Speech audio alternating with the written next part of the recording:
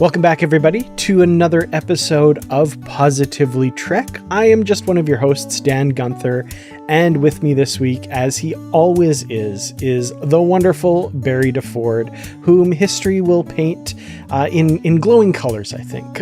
Barry, how's it going today? Glowing, I would say there might be a few light bulbs that are broken in that respect. The marquee won't be that fancy when my names are put up in lights. My epitaph, I hope, will be, I did my best. That is a great epitaph, and one I feel like we can all aspire to. Yeah, really. Yeah. That, or I told you I was sick.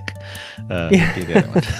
I like it. Yeah. And I mean, what person in all of history is not going to have a few things that color their margin on one side or the other, right? So interesting thoughts to keep in our head as we head into this next episode, which, folks might be wondering, we're done Strange New Worlds. Season 3 is in the rearview mirror now, and we have much more Star Trek on television to look forward to coming up next year. But before we get there, we have some other Star Trek that is currently in production, or currently coming out, and we are going to talk about it. So we are going to be talking about Star Trek Con, the currently ongoing dramatic podcast series. So we have 2 episodes out at this point, and we're going to talk about both of them. So Barry, how excited are you to jump into Star Trek Con?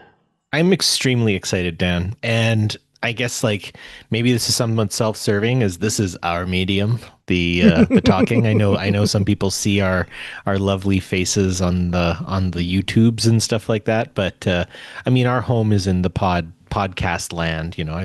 We've been doing this, you and I both, for a considerably long time, and I've always had a thing for it. I mean, full disclosure, everybody, I have a bit of an old-timey side of me. I used to be a historical interpreter at Fort Edmonton Park, and I was a interpreter on 1920 Street, and that's when the radio play really kind of hit its zenith, I guess you could say, up into from the 20s to the 50s or so.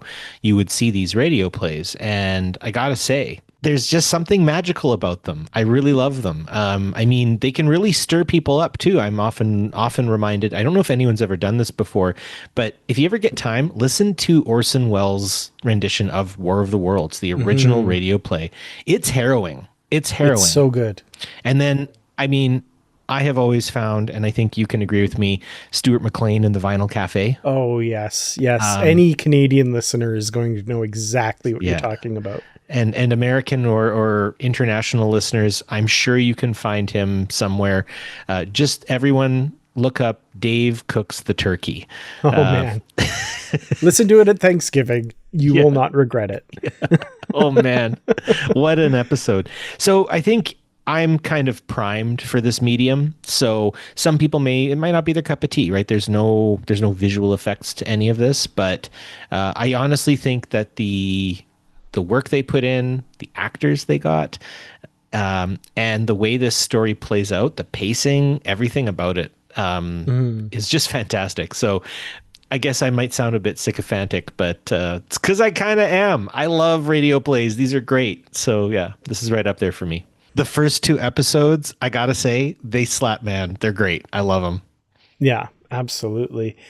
Well, I love you framing it as a radio play as well, because everything old is new again, right? It's true in the world of fashion. It's true in the world of entertainment, right? The old radio serials like you're talking about, I've seen so many people commenting online like, oh, it's nice to see Star Trek break into this new exciting frontier. And there's inevitably the older folks replying no, what are you talking about? Yeah, no, radio plays have been a thing for way longer. I mean, one time, a long time ago, they called movies with sound talkies, and then they just became movies again. So that's just that, right? Exactly. Well, let's, I kind of wanted to start us off by giving just a brief history of this project, Star Trek Con. So in May of 2018, Star Trek Con was kind of half announced as this project that Nicholas Meyer was working on. And he said at the time he was working on a standalone Star Trek related trilogy that would later be revealed to be a 3-episode miniseries titled SETI Alpha 5.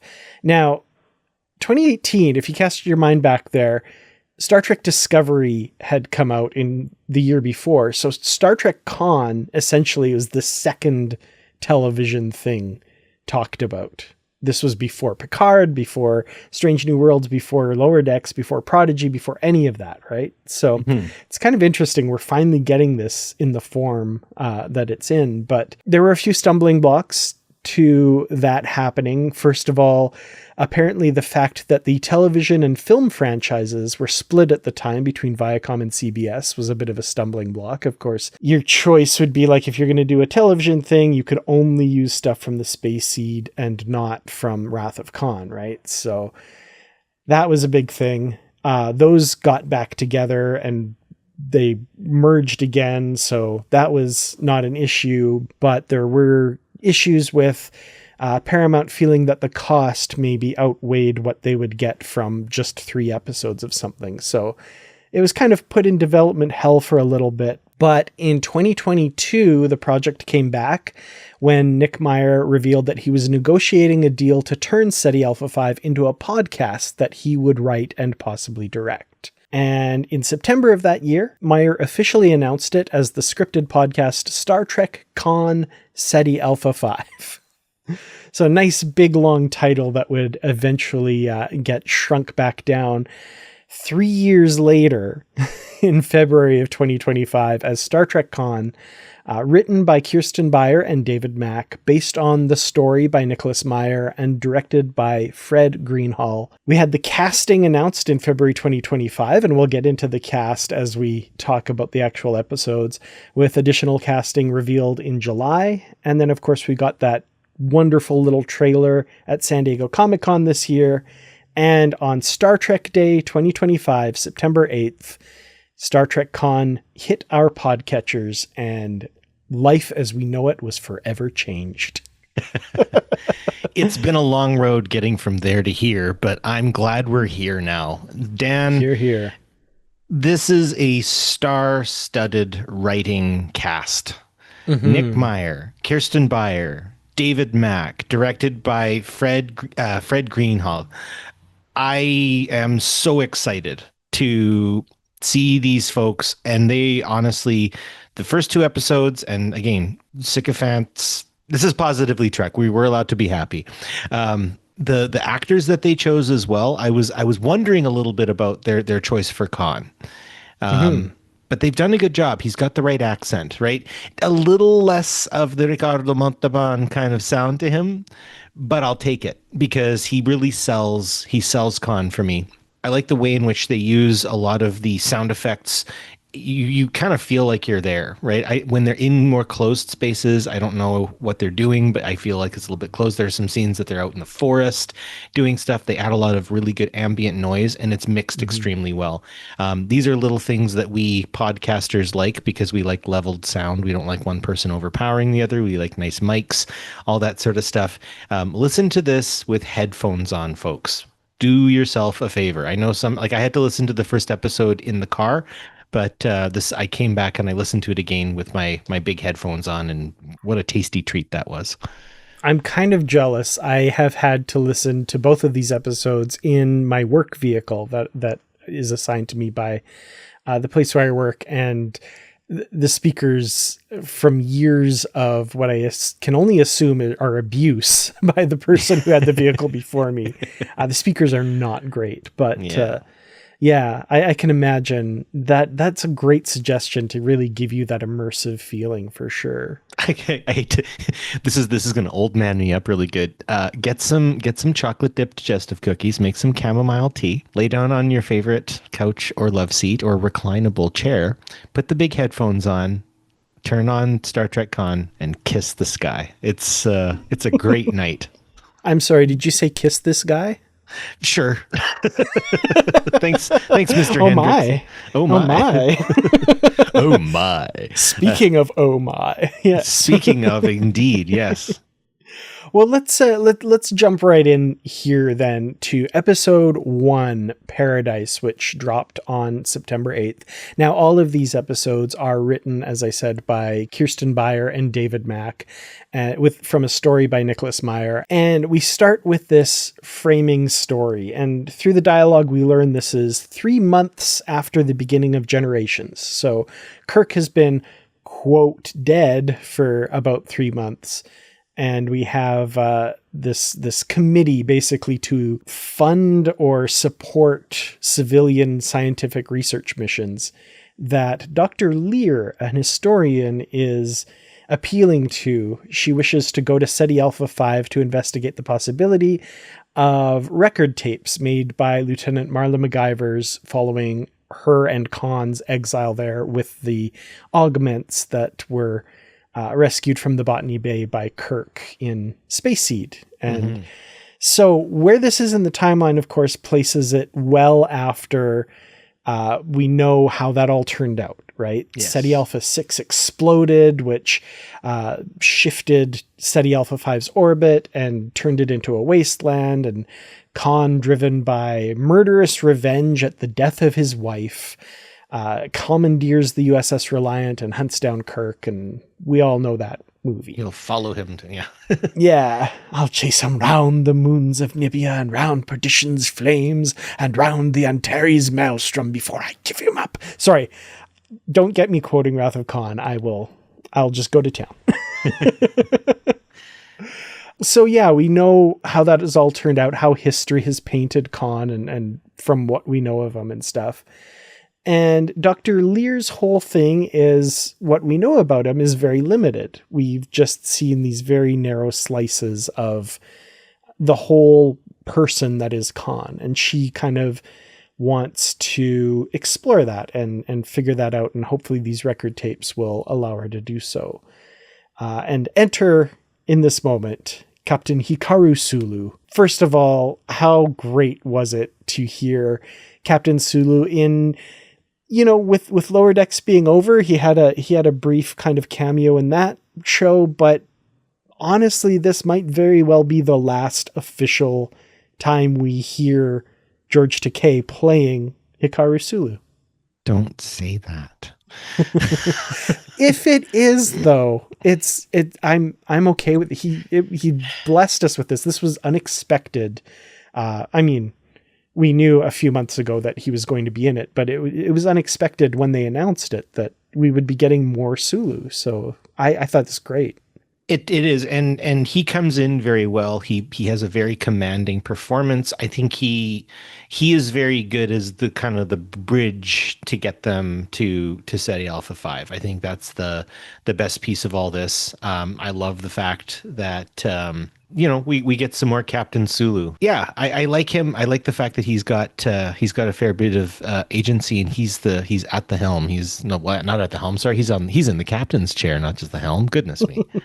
Yeah, it's wonderful to hear him, and he makes a nice entrance, I think, by basically being the witness who was there for Khan, right? As he says, one of the few people still alive who actually met Khan, right? Mm-hmm. So it's interesting that we get his take on this, and he eventually agrees to take Dr. Lear on this expedition to SETI Alpha 5 after her kind of impassioned words, which were interesting as well.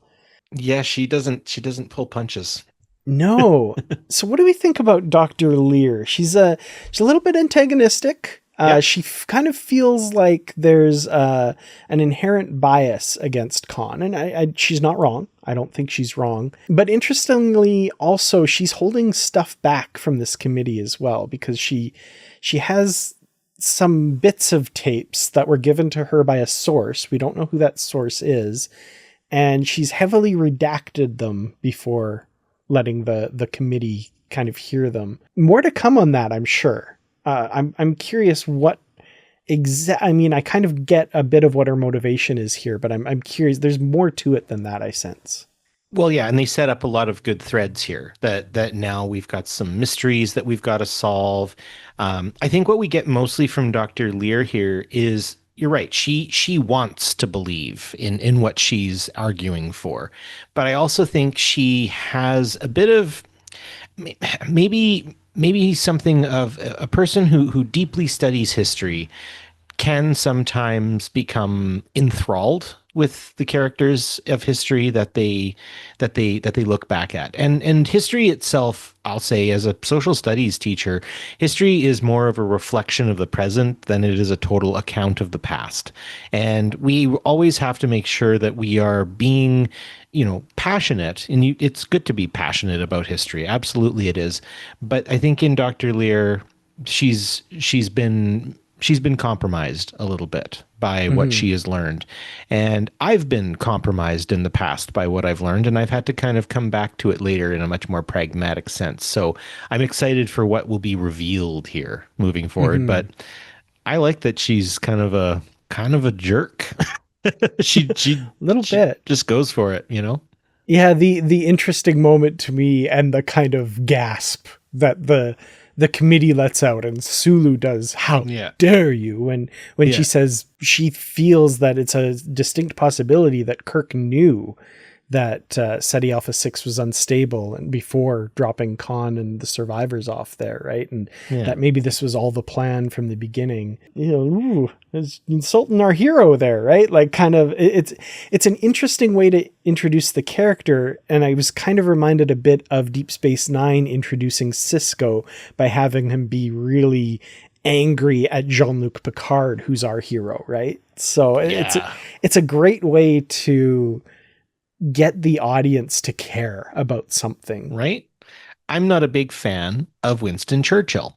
And my family, who has very deep English roots, my grandma basically thought he did no wrong.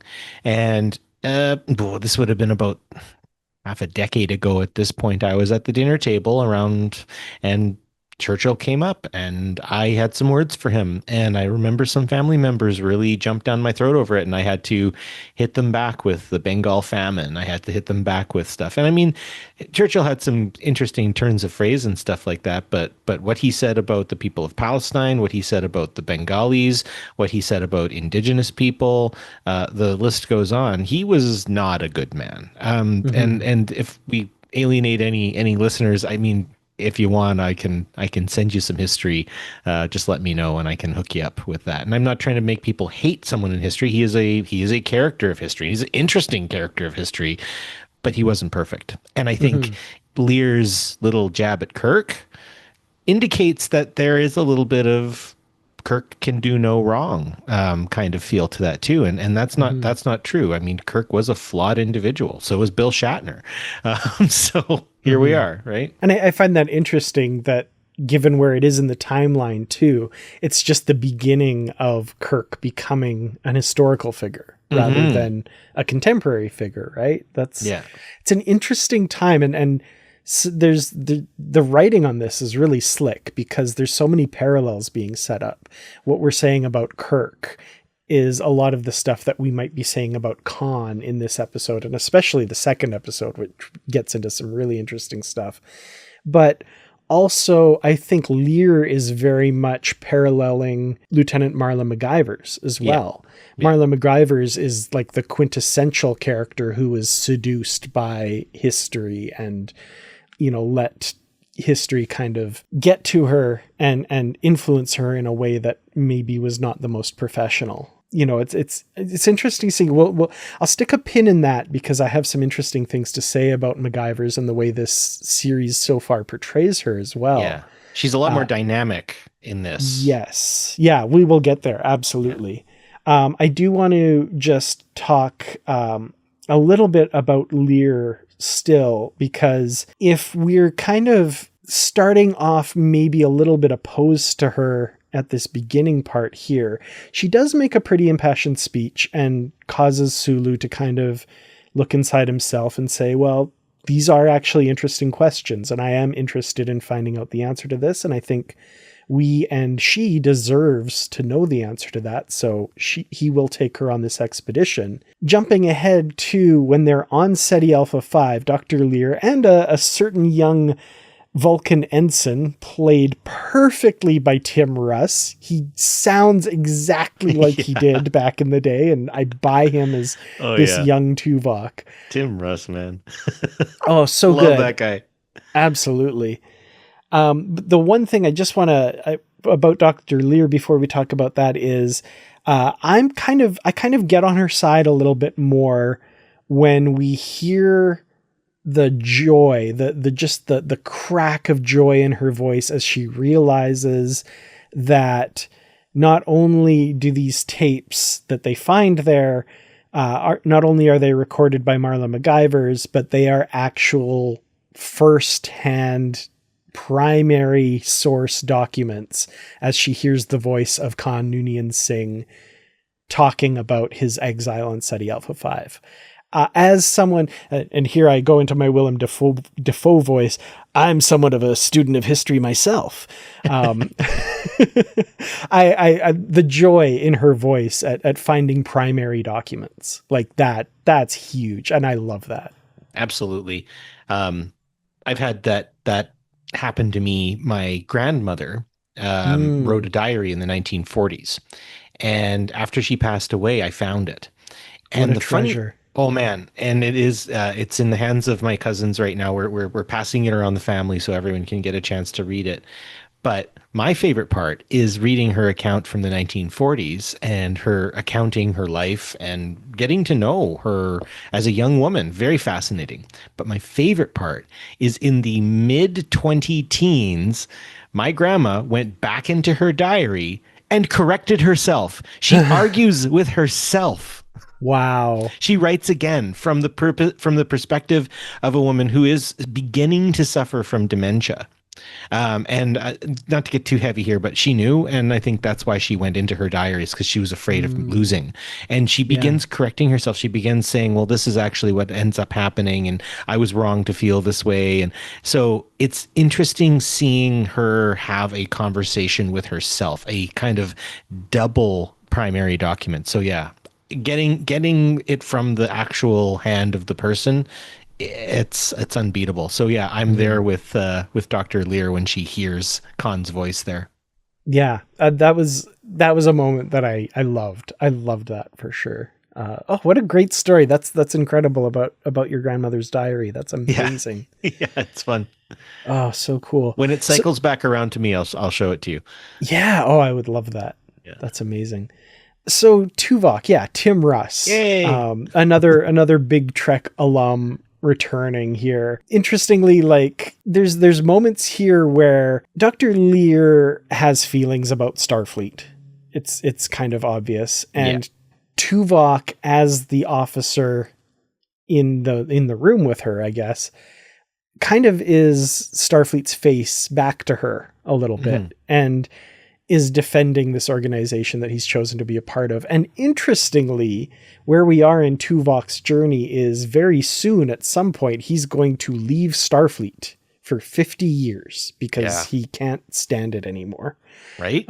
Which is interesting. And I don't imagine we're going to really get into that with this, but you never know. We might see a little bit of that. I think there's a lot of really interesting things happening with these characters, whether the writers are intending to explore that or not. If you're deep into Star Trek lore, you got to know there's a lot going on here with these guys.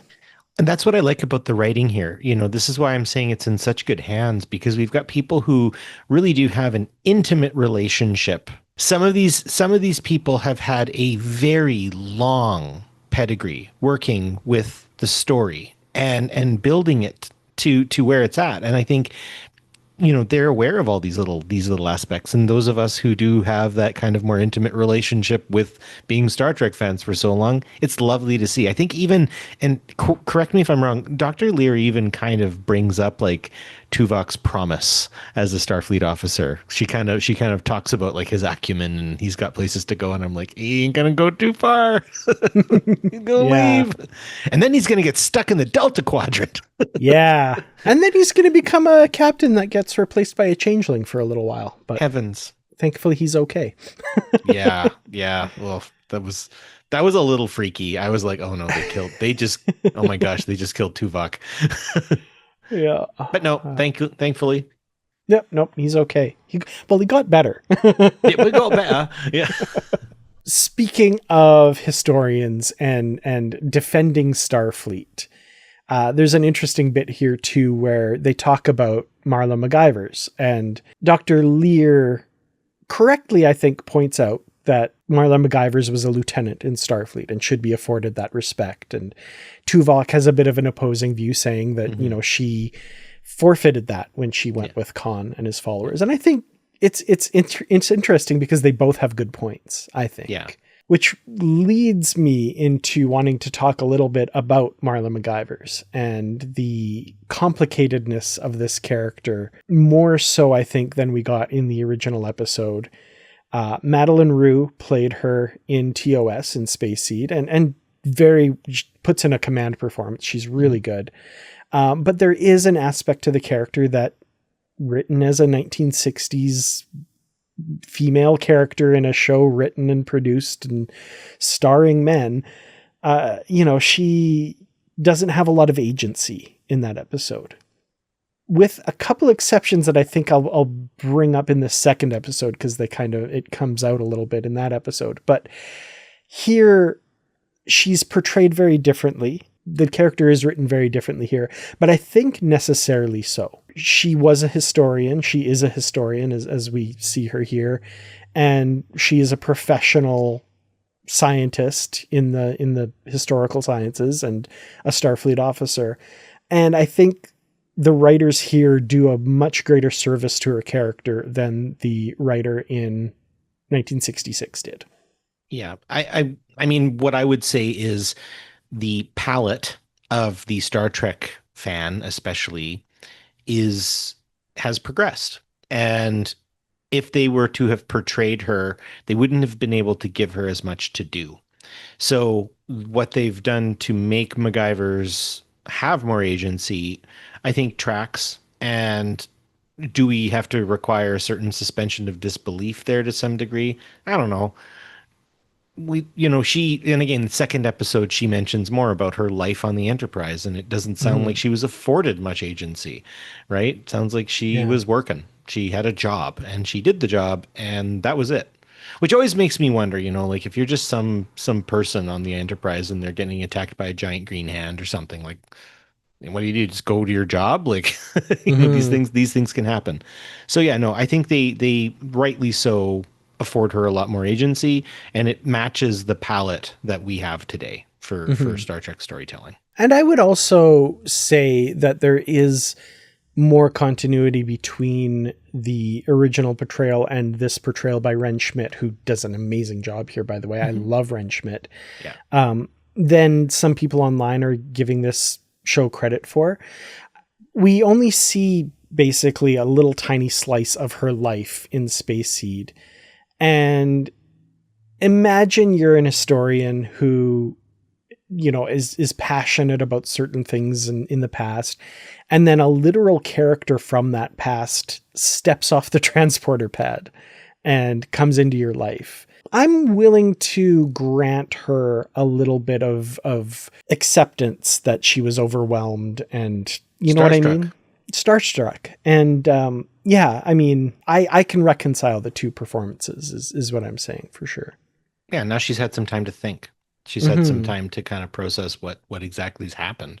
And you're going to think a little differently. And it's clear that she's like, they write her, she's got a little bit of a side plan here. And I appreciate that. Yeah, a little post-mutiny clarity, if you will. From here, let's jump into the main story, because we've got once we find these primary documents, we jump into the past on SETI Alpha 5, basically moments after the exile has begun, right? They've been left here on SETI Alpha 5, and we get to know Khan a little bit as he is in this setting. Now, Naveen Andrews, I have to say, I love his performance as Khan. I am actually thrilled that he's not trying to do Ricardo Montalban as Khan, and bringing his own to it. He's got just hints of that, but bringing his own to the character and making that character his own. I love it. I was sold 2 minutes into it. I also just I ignored any differences. I mean, like I've said, Ricardo Montalban is just he's got a way of speaking. He carried that character for decades, and he's not with us anymore. And just like, we have new iterations of Uhura, we have new iterations of Kirk, and so on, Spock, and I feel like all these actors are putting their all into it. So I'm here for it as well. I think his accent, the gravitas to the way he speaks, he captures all of those pieces. I buy him as Khan, and he is a likable character. Very charismatic, very likable. I would give him a chance to talk. Yeah. Just the way I'm seeing him as he is, and even aspects of what, and I don't know if this is the first or the second episode of him, the way he treats the children, and when she spoke about that, that really kind of clicked a little bit for me. Yeah. So yeah, let's talk about that. That is in the first episode. So Okay, we learn they blended that for me.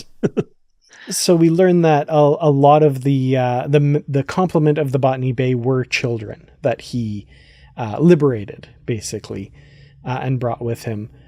One of them is Joachim, I think is how it's pronounced, as how Khan says it in Wrath of Khan, who is the son, we learn, of Joaquin, who was Khan's lieutenant from Space Seed. So kind of connecting those little dots that people had questions about for years, right? Like, we never saw any young people among Khan's followers, and now all of a sudden he's surrounded by people 20 years his junior, right? Oh, well, these are all the kids, apparently, that he's brought with him. And interestingly enough, this child is the son, like I said, of Joaquin, but also a normal, an unaugmented human woman, and thus is kind of the target of scorn by other children.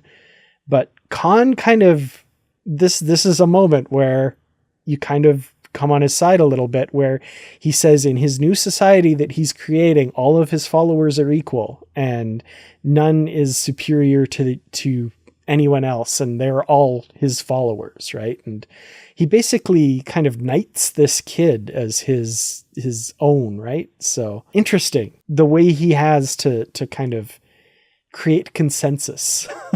Well, yeah, and I think this underscores a certain level of egalitarianism that sees itself. I like their in this time we're kind of getting Ivan and the others are talking about I think it was the siege of Tehran, right? Where that's kind of their last stand, but they're talking about cities that they held.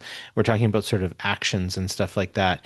To some degree, like at this point, I sort of see him something like a Saladin character, right? If anyone's familiar with the Crusade, Saladin was the leader of the West Asian fighters, primarily Muslims, who were fighting against the Christian Crusaders. And he gets a bit of a bad rap in earlier iterations of history, but now that we've actually read the accounts, he turns out to be kind of the only adult in the room when it came to all of the people who were doing the Crusade stuff. He was the one who was actually freeing prisoners. He was the one who wasn't eating the people he was taking over. And my favorite part is he was also a great hero that everybody loved. And there was a point when they asked him if he wanted to come and pray in the Church of the Holy Sepulchre as a Muslim with the Christians. And he said, "No, I won't." And they're like, "How dare you say no to us?" He says, "No, if I do, they're going to build a mosque here. So I'm going to go pray outside." And guess where they built a mosque? Right there. And so you really do get this egalitarian, maybe a bit more of a level head, and you can kind of see why people would follow him, because he is making kind of reasoned choices and he's saying things that do kind of tug at your empathetic self. Yeah, Joachim is very much a part of this group, and if anyone says otherwise, they get to answer to Khan about it, and they revere him and they respect him. And so he's setting a tone, and I appreciate the tone he sets here because the writers are setting a tone, and I really appreciate that. Well, they also do it through another scene where Yes. we learn of one of Khan's people, Hugo, Yeah. who is not necessarily on board. He says, you know, we were handed defeat and we had to flee Earth under your rule, and then we were tasked with taking over a starship, and you failed at that as well. Why should we follow you now? Exactly. And this is interesting. This is a question that I'm sure is on the minds of a lot of other people who aren't speaking up. But again, that charisma is just dialed up to 15 here. And Khan, in a brilliant oration, basically bests Hugo in a battle of wits, right? Mm-hmm. A gorgeous scene and very well written as well. Well, and he also appeals to Kirk's logic, right? And I think Mm-hmm. that's another piece is Kirk was his enemy, but Khan does not see Kirk as some terrible, tyrannical, he's the enemy, therefore he is bad. He's actually going, my enemy is a smart man. My enemy was a Mm-hmm. logical man. And this is how it plays out, right? I don't think that we can say that I was bested by this man more than this man knew that I was a threat and I knew that he was a threat, and we both dealt with a threat in a bit more of a pragmatic sense, right? Kirk Mm-hmm. puts Khan on a hospitable planet. He could have airlocked him, right? You literally have what human beings of that time would have considered one of the worst tyrants of all time. Kirk doesn't kill him. Yeah. He could have. Mm-hmm. Could have put him back on ice and just threw him back off into space too. He didn't. Well, in the thoughts of Dr. Lear, he maybe did just that, basically. Yes, but we're going by what Khan is basically saying about the situation Yeah, here, right? that's true. And Yeah. and you're right. He bests Hugo, but I think also in such an early stage, nothing wrong has happened enough, and I think Hugo really jumps the gun here. Mm-hmm. He does sort of seal his own fate Yeah. because not enough bad things have happened. They haven't had enough crop. They haven't even started crops yet, right? Crops haven't failed. Nothing's been built. He's doing this way too early. And You honestly, got I to pick think, your moment, dude. well, yeah, and I was once he did that. I know Khan's like, walk with me, and they walk and talk. And that was an interesting bit too, because Khan also could have just turned and strangled him to death. But no, Mm-hmm. he's looking for some kind of compromise, some kind of, peace to keep the peace, I guess is the best way to put it. But knowing the other characters and kind of having an idea for who they were, I was like, oh, Hugo, you cooked, buddy. You done. See, now that brings me to the next question a little bit, because we'll jump to the end with Hugo then, because he is killed by Ivan at the end of the episode. He's thrown off this mountain, basically. There's a bit of a question, I think, and maybe not, but in my mind, there's a bit of a question. Was Ivan doing that of his own volition, or was Khan ordering him to do that? And the episode doesn't say one way or the other. I guess that's where we can make our own decisions. Mm-hmm. And any any big leader, any big leader like this, um, will possess a certain amount of subtext.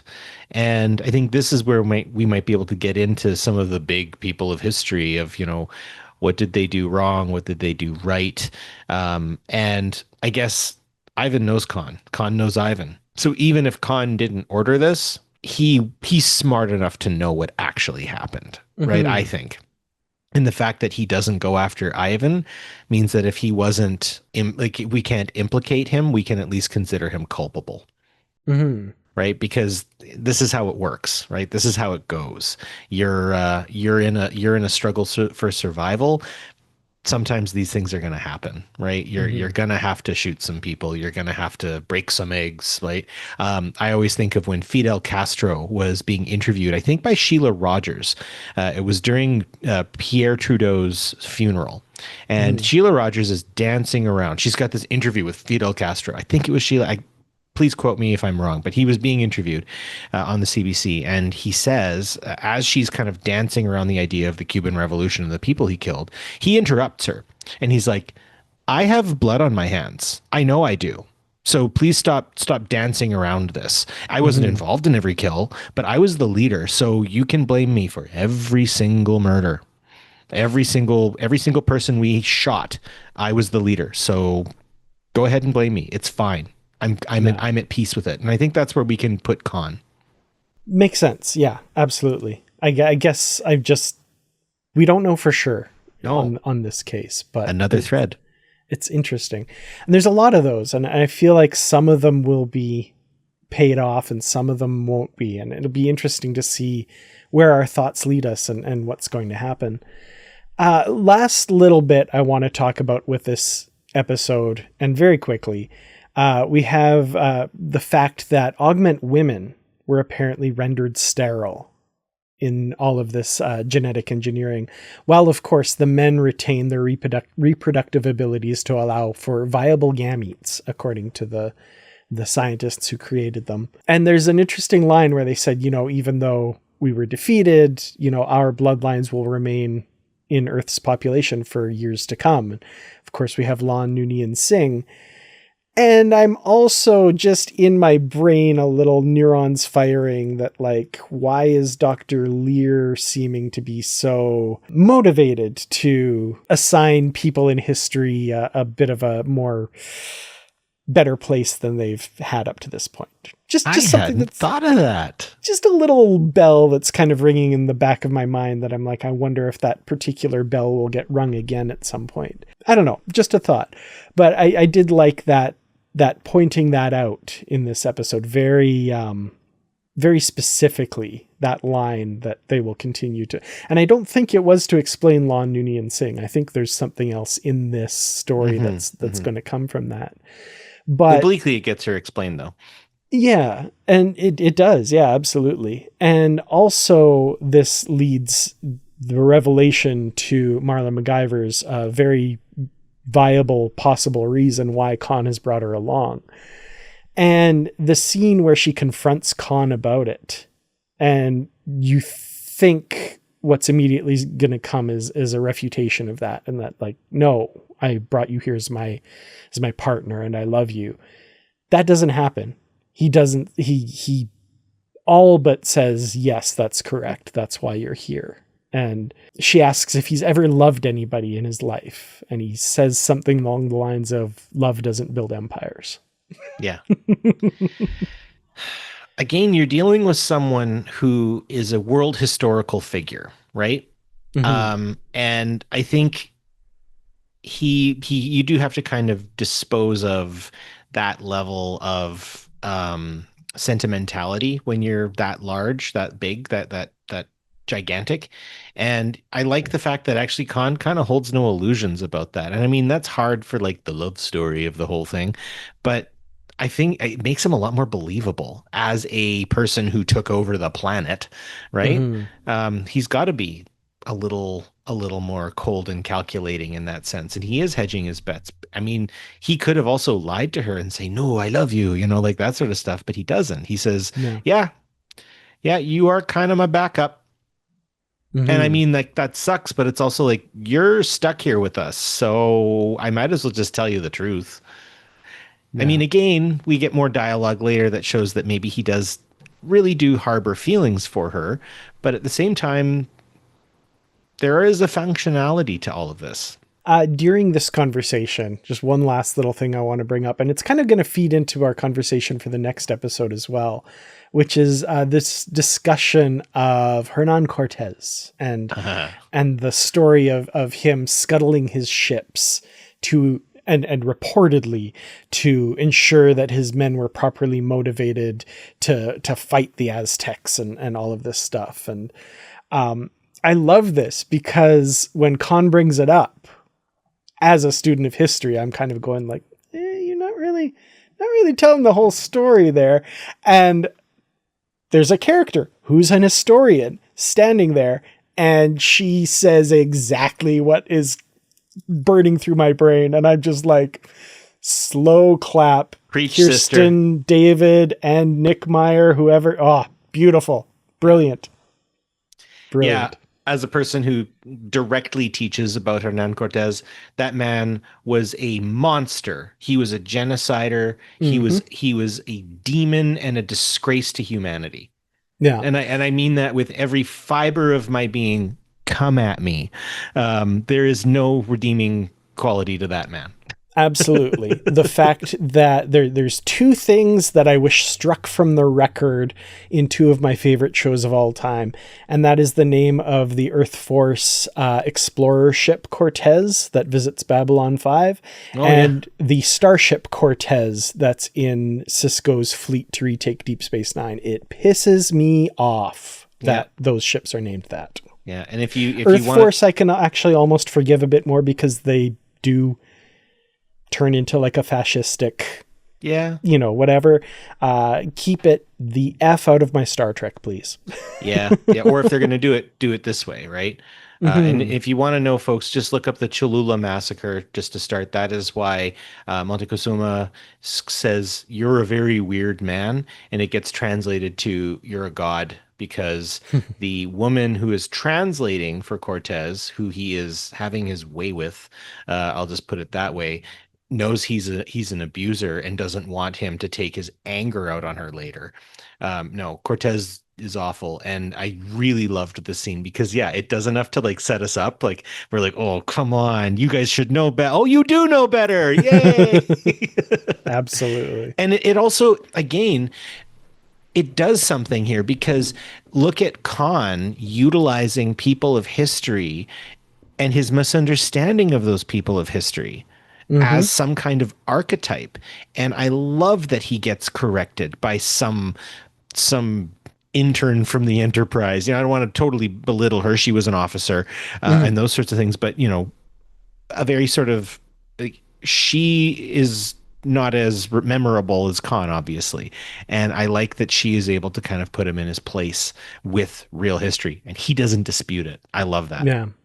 Yeah. And I mean, it's an echo of the Khan that we see in Space Seed as well, right? Yeah. Where he talks about Alexander and Napoleon in kind of the same breath as himself. And he sees himself as the inheritor of what is reductively in history great men, right? Yes. And I think that's what this series is dealing with a lot of, is the mythology of history, but also the reductive nature of history. And again, like you said, history says more about us now than it does about the past.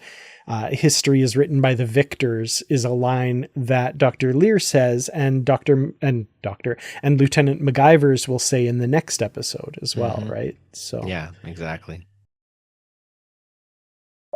As always, Positively Trek is brought to you by its Patreon supporters, including Joyce Mirren, Brandy Jacala, Christina DeClercq-Zalagi, John Guppy, Out of Memory, Patrick Carlin, and Ricky Long. If you'd like to support the podcast, visit patreon.com/positivelytrek. You can join at any level and enjoy early access to episodes, ad-free episodes, episode shoutouts, executive producer credits, and more. Again, that's patreon.com/positivelytrek. Thank you so much to those of you supporting us. We truly do appreciate it. And now, back to the show. Which brings us to episode number 2, Scheherazade, which is, I would say, almost the first, kind of real episode. Like, if you consider the first one, like the pilot episode, the introduction, now we're getting into the meat of the story here. So, first of all, when I saw that title, I was like, Scheherazade. And it occurred to me, and I remembered, I'm so happy with myself, having listened to this episode about 10 minutes in. That's where I know that name from. And then, of course, we get the story later in the episode. But Scheherazade, what are your first thoughts on this one? Well, first of all, when I the way I always remember Scheherazade is "You ain't never got a friend like me" by the genie in Aladdin. Well, Ali Baba had them 40 thieves, Scheherazade had 1,000 tales. That's where I first figured that all out. So anyways, nice. With that little jingle in my head, this was my favorite episode of the 2 so far. Like you said, it gets into the meat of the story, and what a meal it is. We really get to know a lot of the people who are building SETI Alpha and setting things up, getting things going, the setbacks, the drawbacks, the interrelationships. There's parts that I don't like about the episode, but that's because I just don't like those aspects. I don't like it when bugs show up. No, well, we got a lot of Just makes me bugs feel coming. twitchy. It just makes me feel twitchy. But that's also why I like this episode, is it did actually like viscerally make me uncomfortable later.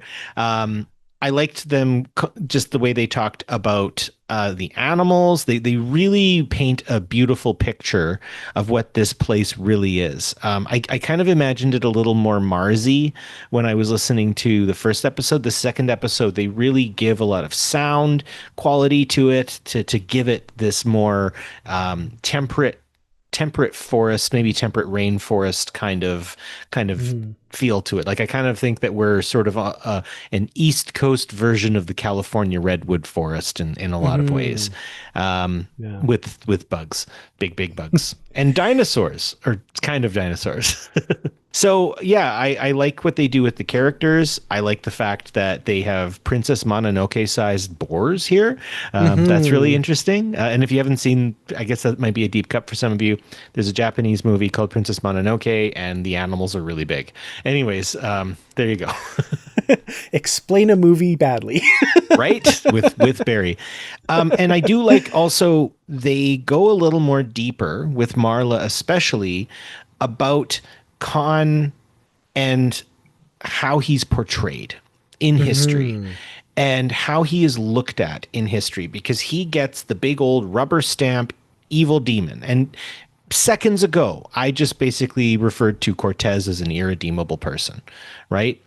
Not everybody in history actually is irredeemable. There are some, Mhm. right? In the 20th Mhm. century, there are some. But I do appreciate the fact that that's the argument that we're being called to here. And I really feel this episode drags you into that a lot more, because you see how Khan is acting in more of a day-to-day sense, how he's leading his people, how he's making decisions, who he's making that decisions with, all very, very dynamic. They flesh Khan out. He is becoming a not just three-dimensional, but I would say four-dimensional character, because we're getting all of this time, what Starfleet and what Starfleet Society thinks of him versus the movie and television show we've seen him in before. There's so much to him here. He is fleshed out very well. Well, let's jump right to that then. Hmm. We kind of have a lot to set that up, but let's just jump into that discussion then. Just dive right in. We talk a little bit about Marla's goals here, and one of them is to write this biography of Khan and Hmm. really explain him in a way that like she has come to know him through history books and now firsthand. And to me, the most interesting part of this is where she brings that idea to Khan and says, I want to tell the truth about who you are and what you've done. And Khan is not really on board. He Sort of basically nonplussed. says, what if the truth doesn't serve me? What if the truth gets in the way of my goals and what I want? And maybe I don't want you to, like, he doesn't say this in so many words, but basically it's maybe I don't want you to explain me. I don't want to be explained. I am Khan. Hmm. I don't need to be explained. I will rule. That's what I will do. Hmm. It's interesting. And I really like, you're put in the place of Marla and frustrated by what he's saying back, because wouldn't you want to explain yourself? Wouldn't you want the world to know and be on your side? He's like, no, I don't really, that doesn't serve me.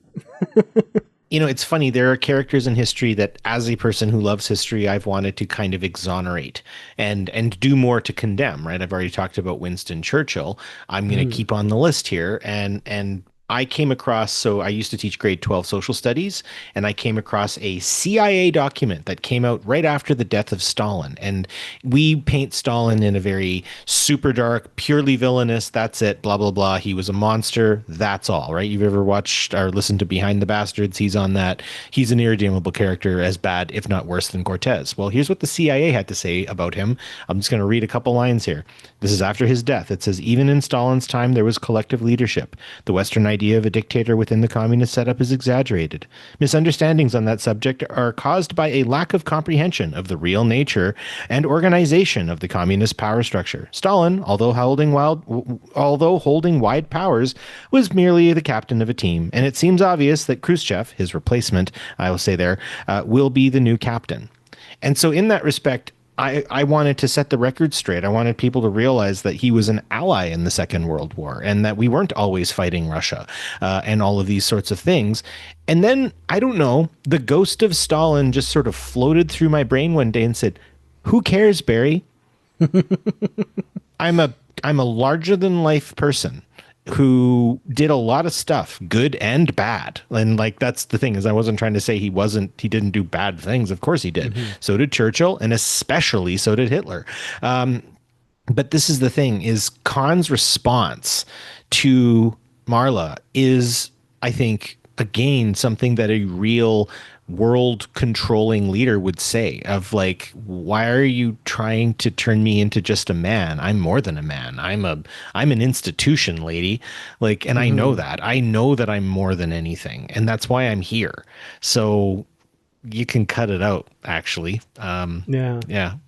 It's interesting because I feel like we frame the quote unquote great men of history as men of ego.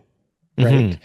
We assume that because they were known the world over, they wanted to be known the world over. They wanted, you know what I mean? And and it's interesting to reframe Khan as somebody who couldn't give two farts about what the world cares about. He does have ego. I think especially after what's to come, I think that kind of changes a lot about him. At this point here, he certainly believes in himself, and he believes that he is superior to everyone around him, but he doesn't care if you fawn over that fact or not. He accepts that in his mind as the truth. And if you don't believe that, well, I don't care. Screw you. Like, I will run you over. I don't really give two wits. I don't care if you fall on your knees and cry and you know, all of that stuff. Just follow me or get out of my way. Yeah. Yes. And kind of thing. Right. I think it's a wake up call for a lot of us, because, you know, people who we hold in such high regard or otherwise as sort of evil, especially if they're gone now, don't care. You're not going to be able to convince anyone either. And I think that's the other piece of it. If Starfleet believes, and if Starfleet Society and the United Federation of Planet Society believes Khan is a monster, then he's a monster. Like we've kept on saying, history is a reflection of the present, right?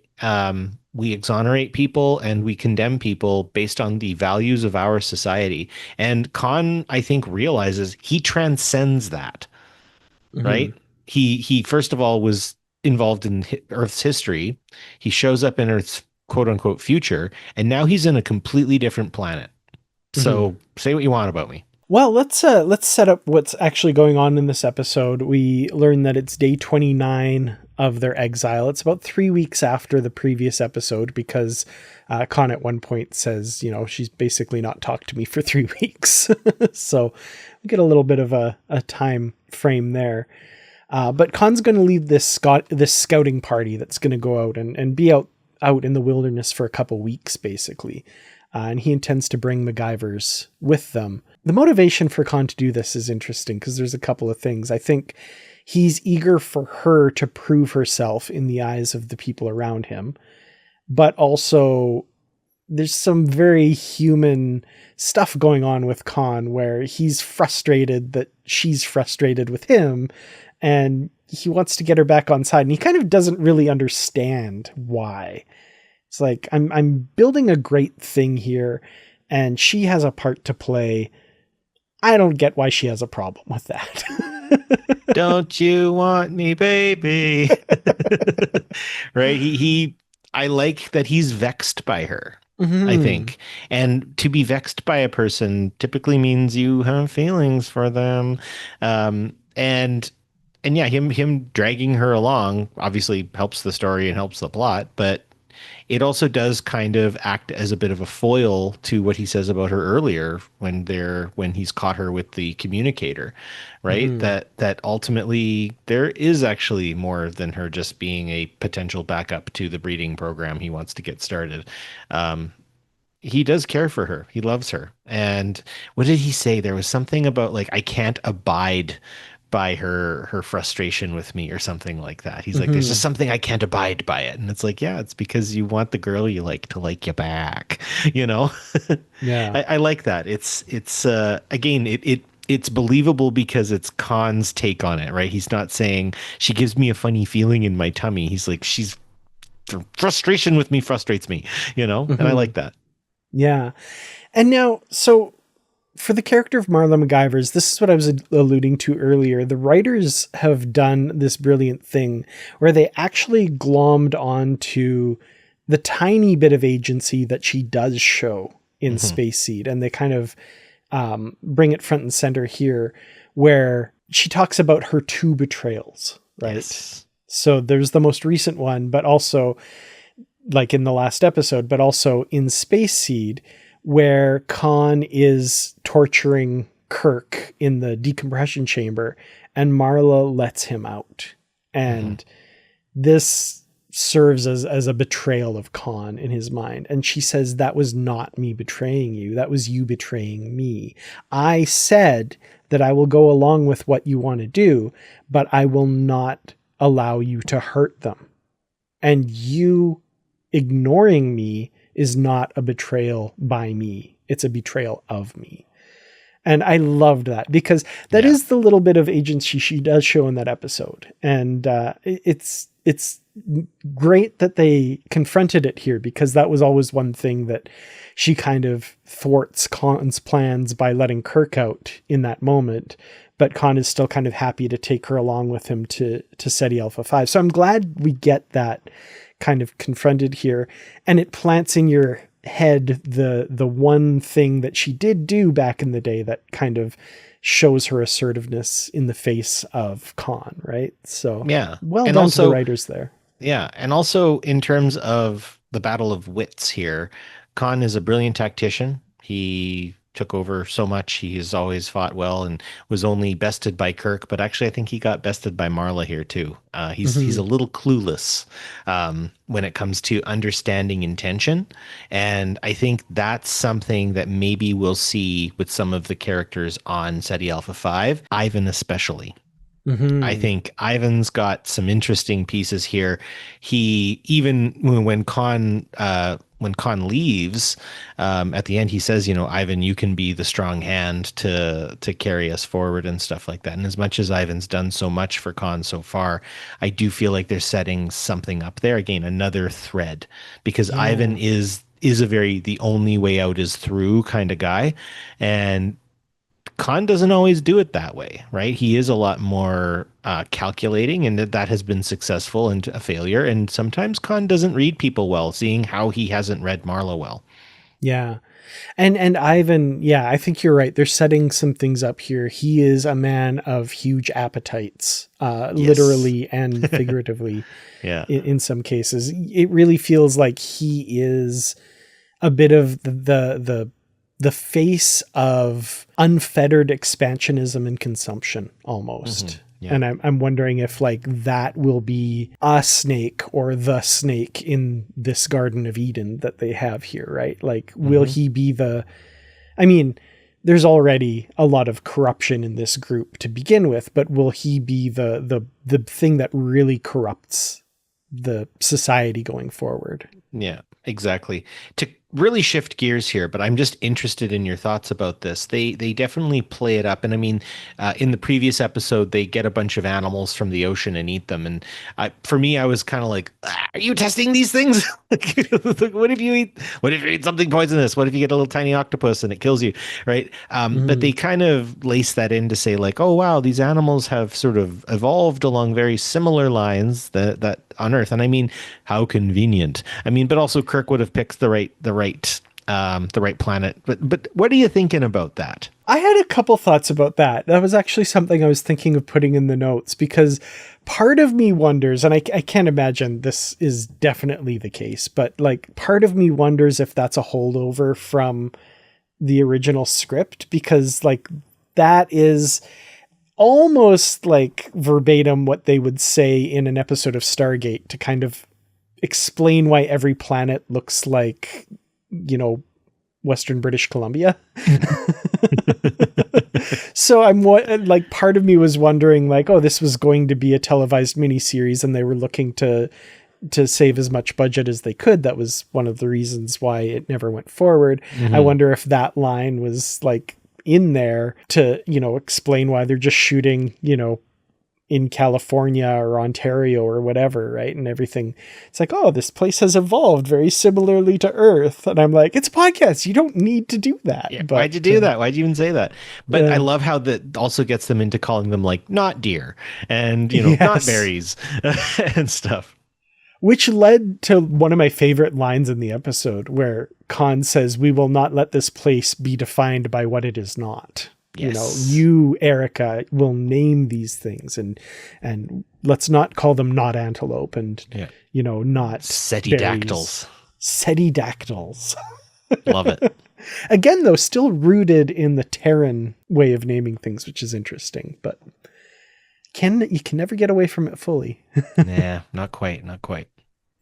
But along with the Setidactyls and these not boars, we have the Seti eel, this just introduced by Khan in Star Trek II, The Wrath of Khan, as at that time Seti Alpha 5's solely remaining indigenous life form after the disaster, right? So this is the creature whose larva will make its way into Chekhov's brain and will apparently be the cause of the death of Khan's wife, according to Star Trek II. Knowing all of that just gives me the creepy crawlies. When I was a little kid, the Seti eel was just, I couldn't handle it. Going into your ear and Yeah. I hate it. Yeah, I'm not a fan either, for sure. Yeah. Also, those parasites in the Star Trek: The Next Generation, where they blow up that guy's head, that was also a bad one. But yeah, What put it more recently to this television series Expanse, when they were on that planet and the little slugs would just like drop onto their face and they'd immediately die, and you're like, oh my god. Yeah, that one got me too, and they're going blind and stuff like that. That was brutal. And I mean, like, talk about the most realistic depiction of what probably stepping into an alien biosphere would do to a body, right? Season 4 of The Expanse was an extremely good shake of the Etch-a-Sketch to kind of get us out of the pattern, and that the season in a box. Wow, what a And this actually, this is an episode in a box.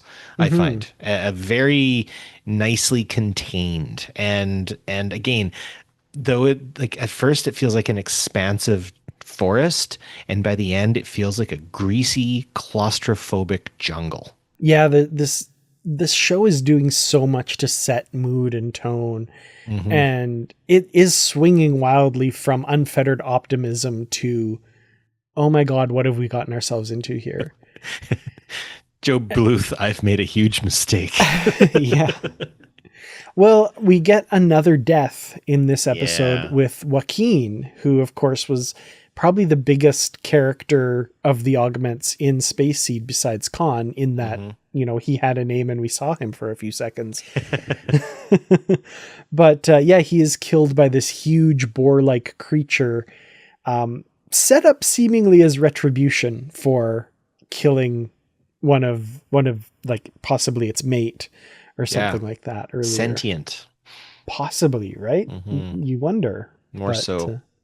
Well, even Khan's response, right? I ordered the kill, blah, blah, blah, take me, and stuff like that. And the boar goes after him, Yeah. And then just this flurry of gunfire and chaos. And I almost spilled my chamomile tea on myself. It was the whole thing. So this is leading me to wonder if what we're going to be seeing is kind of the death by 1,000 cuts until the big disaster comes, right? Because in episode 1, we started with 73 people and ended the episode with 72. And now episode 2, we end with 71 people. Like, it feels like they're just getting little nicks and cuts here. And it's going to be kind of scrabbling to survive a little bit, which in this state, in the way it is right now, kind of almost serves Khan's purpose, right?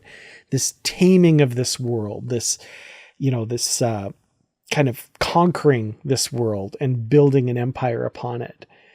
And rewatching Space Seed and that little bit at the end where Kirk says, it would be interesting to return here in 100 years and see what has grown from the seed that has been planted today. Mm-hmm. I kind of almost regret that we would never see that because of what happened in Star Trek II, The Wrath of Khan and before that.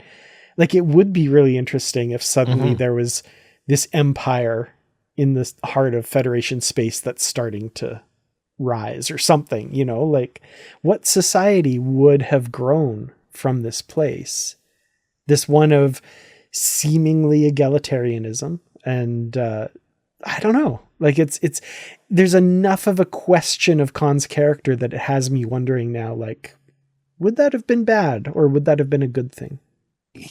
You're giving me stuff that like, absolutely, you're right. Like, what I guess that's how tragedies work, though, right? What if Romeo and Juliet ran away together, right? Like, it's that kind of thing. Like, what if Jack and Rose got off the Titanic together? Like, I guess that's why we like tragedies, is we know how this ends. And like, taking us back to Strange New Worlds, I mean, like, I'm riveted to watch the next season, but I know how this ends. Yeah. And we even got a little taste of what it might be like had the accident not happened to Pike now too, right? We even got a little tease. So I appreciate your point. I appreciate what you're saying, because I guess, and again, another thing I hadn't really thought about. And also, I love the fact that you are going to keep a kill count going for us, apparently. I didn't intend to, but it occurred to me as I was writing these notes. I'm like, interesting. Well, and I think you're right, because what would make a person mad? What would make Khan so incredibly angry and just frenetic in his lust to kill after all of this? His worst base instincts now taking control of him. We do see the good side of him here, absolutely. And I think you're right. We're going to watch a man's good side get slowly picked away while things get worse and worse and worse. Yeah. And it should be noted, this was at the end of the previous episode and not this one, but I neglected to mention it. We get the meteor shower. Yes. And part of me was wondering in that moment, is like, is this already happening now? Is this the cataclysm? And no, it's not yet, but there's signs and portents, right? Like, yep. Goodness. I love the dramatic irony of this. I love that, like you said, the tragic aspect of it, that we know where this is going. And oh man, it's going to be I think a heartbreaking journey to get there. And I was not anticipating being heartbroken seeing Khan and his followers suffering, but like, it's going to break my heart a little bit. And I think I'm surprised by that, but pleasantly so. I feel very much like at the end of all of this, you and I need to watch Star Trek II, The Wrath of Khan, and see how it changes us a little bit. I mean, I'll always kind of have how I feel about that movie in my head forever. But I think this will give a lot of us an opportunity to, if we choose to, watch that movie with a new set of eyes. If we had all the time in the world, I would like, a full day of Space Seed, 9 episodes of Star Trek Khan, and Star Trek II, The Wrath of Khan. I mean, I wouldn't see any downside to that. We could make some food. I think it might be great. Let's do a 9-hour live episode of us watching every and listening to. No. I mean, that sounds brilliant, but self-serving. So, Barry, I guess final thoughts on these 2 episodes, and what are you anticipating seeing? What do you want to see? Where do you think things are going to go from here beyond what we know? Well, like I said, I'm very happy with this. This has been some really good Trek. I think we've 2025 is going to go down as a year for some very interesting and fun Star Trek. I think that we're going to see Khan's pragmatic side get tested more and more. I think he's going to have to make some difficult decisions like he probably had to in the past. I think that we are going to see this paradise, right? As the first episode says, I think we're going to see this paradise really rear its ugly head. I hope they don't take it in a full-on Jurassic Park, there's monsters in the woods kind of thing. I hope that's just a slice of it. I hope that there's more, fear the people you're with rather than fear the threat from outside. And I think that's the direction they're going to go with this. And like I said, something about Ivan. He's going to be trouble. He is Barney Rubble. Just, he's got trouble written all over him for me. And he's going to come, and it's going to be difficult for Khan to spot, because I'm already realizing Khan is a master tactician. He's an extremely good orator, but the people closest to him, he does not read well. I think that's brilliant too, because that's almost a character trait that they latched onto in The Wrath of Khan, right? Mm-hmm. Where he sees the big picture, he sees grand tactics and movements, but he misses the little things, the things right in front of him, right? The three-dimensional thinking that Kirk exploits, right? Exactly. He misses the things right under his nose a little bit. Absolutely. And I think that's brilliant. Absolutely. Ivan, I agree. There's just too many little postscripts, little asides with him making little comments that I'm like, oh, he's trouble. I don't like him. He is absolutely going to be some sort of snake in the grass for sure. But I'm curious to see what all comes of this, not just for the folks on SETI Alpha 5, but also for Dr. Lear and the discoveries that she will be making as well aboard the Excelsior, going through all of this too. I'm interested to see some kind of ripple effects from that as well for the framing story. So yeah, I kind of forgot about them through this episode a little. I got really tied up in it. So yeah. Yeah. Well, I hope you will all join us in 2 weeks' time for an episode dealing with the next two episodes, episode 3 and 4. We will be talking about that in an upcoming episode. Until then, thank you all so much for joining us. We really appreciate it. Live long and prosper. And of course, stay positive. Positively Trek is produced and edited by me, Dan Gunther, and co-produced by Barry DeFord on Treaty 8 territory, the home of the Beaver, Cree, Dene, and Métis people, whose histories, languages, and cultures we respect. We acknowledge the many First Nations, Métis, and Inuit who have lived in and cared for these lands for generations.